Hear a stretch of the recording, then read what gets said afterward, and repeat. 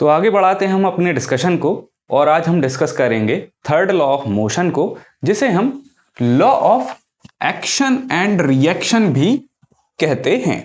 तो सबसे पहले हम डिस्कस करेंगे इस लॉ का स्टेटमेंट। तो स्टेटमेंट क्या है थर्ड लॉ ऑफ मोशन का?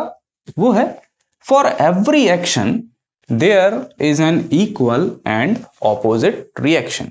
क्या कहने का मतलब यहां है कि फॉर एवरी एक्शन, हर एक्शन के लिए एक इक्वल और ऑपोजिट रिएक्शन होगा।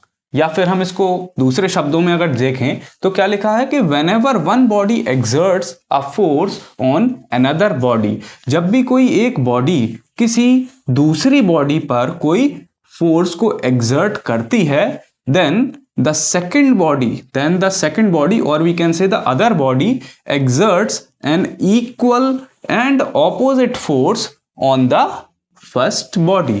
जब भी कोई दो बॉडीज आपस में इंटरेक्ट करती हैं या फिर हम इस तरीके से एग्जांपल लेते हैं कि सपोज मेरे दो हाथ हैं जो एक दूसरे के ऊपर अब फोर्स लगाने वाले हैं, तो हम ये कहेंगे कि ये दो बॉडीज जो हैं ये आपस में इंटरेक्ट कर रही हैं। अब मैं बात करूं कि मेरा जो राइट हैंड है, अगर ये लेफ्ट हैंड के ऊपर कोई फोर्स लगा रहा है और हम यहां देख रहे हैं कि जो लेफ्ट हैंड है वो अपनी प्लेस पर बना हुआ है, दैट मीन्स इनको अपनी प्लेस में रहने के लिए क्या करना होगा? एक इक्वल फोर्स एक्सर्ट करना होगा जो कि राइट हैंड के ऑपोजिट डायरेक्शन में लगेगा। तो हम यहां क्या कहेंगे कि whenever one body exerts a force on second body, then the second body also exerts an equal and opposite force on the first body. चलिए इसको एक और एग्जांपल से समझते हैं। सपोज मैं यहां इस दीवार में धक्का लगा रहा हूं, मैं इस दीवार को पुश कर रहा हूं, लेकिन मेरे पुश करने से भी ये दीवार जो है ये अपनी जगह से नहीं हिल रही है। दैट मीन्स क्या हो रहा है, मैं जितना फोर्स लगा रहा हूं उसी के इक्वल मैग्नीट्यूड में, लेकिन ऑपोजिट डायरेक्शन में ये जो वॉल है ये फोर्स एक्सर्ट कर रही है, तब जाके ये सिस्टम स्टेबल है। तो यहां हमने Newton's third law of motion को डिस्कस किया। यहां अल्टीमेटली जो हम कंक्लूजन निकालते हैं वो क्या है कि एक्शन जो होता है that is equal to minus of reaction. यहां माइनस साइन क्या शो कर रहा है कि जो एक्शन का डायरेक्शन है, रिएक्शन उस एक्शन के ऑपोजिट डायरेक्शन में एक्ट करेगा।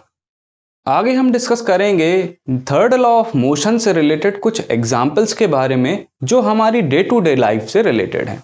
तो यहां हम डिस्कस करने वाले हैं फर्स्ट एग्जाम्पल को। तो फर्स्ट एग्जाम्पल में क्या कहा है कि व्हेन वी वॉक, हम जब चलते हैं तो हम किस तरीके से चलते हैं, चलिए देखते हैं। तो then our feet pushes the ground backward, तो हमारा पैर जो है वो ग्राउंड को पीछे की तरफ पुश करता है या पीछे की तरफ धकेलता है, and in return the ground pushes our feet forward, और उसके रिटर्न में हमें क्या मिलता है, जो ग्राउंड है वो इक्वल अमाउंट ऑफ फोर्स को लेकिन ऑपोजिट डायरेक्शन में हमारे फीट के ऊपर लगाता है और हमारे फीट को आगे की तरफ पुश करता है। This pushes our feet forward, और इस तरीके से हम वॉक कर पाते हैं फॉरवर्ड डायरेक्शन में।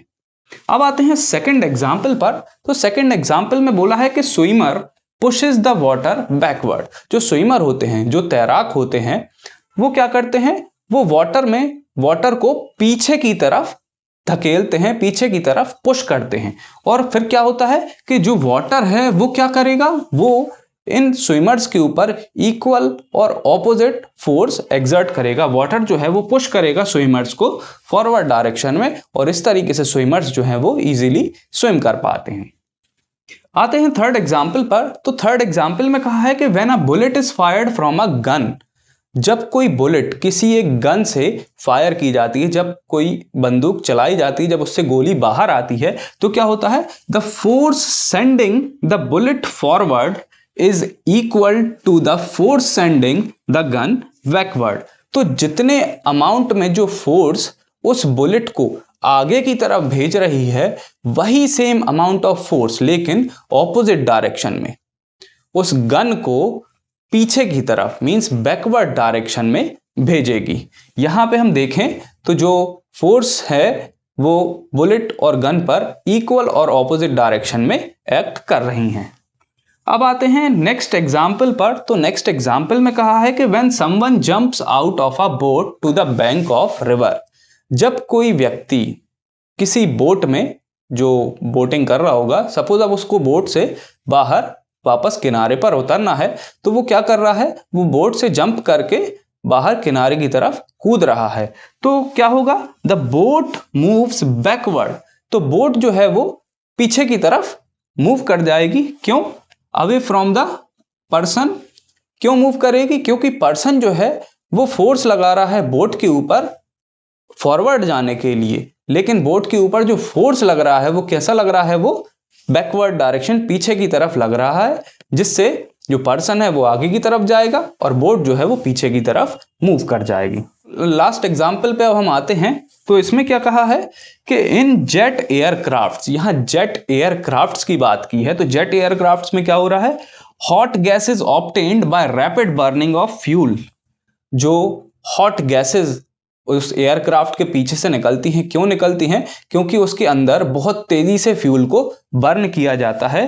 Fuel rushes out of jet at the back and, और वो हॉट गैसेस जो हैं वो उस जेट के बैक एंड से बहुत तेज स्पीड से, बहुत हाई स्पीड्स पर बाहर निकलती हैं। इसके कारण क्या होगा, this pushes the aircraft forward, और इसके कारण क्या होता है, उन हॉट गैसेस के बहुत तेजी से स्पीड से उस एयरक्राफ्ट के पीछे से निकलने के कारण क्या होगा, उस एयरक्राफ्ट को वो हॉट गैसेस पुश करेंगी in forward direction at a great speed, और जो जेट एयरक्राफ्ट है वो भी बहुत हाई स्पीड पर आगे की तरफ, या कहें कि फॉरवर्ड डायरेक्शन में मूव करने लगेगा।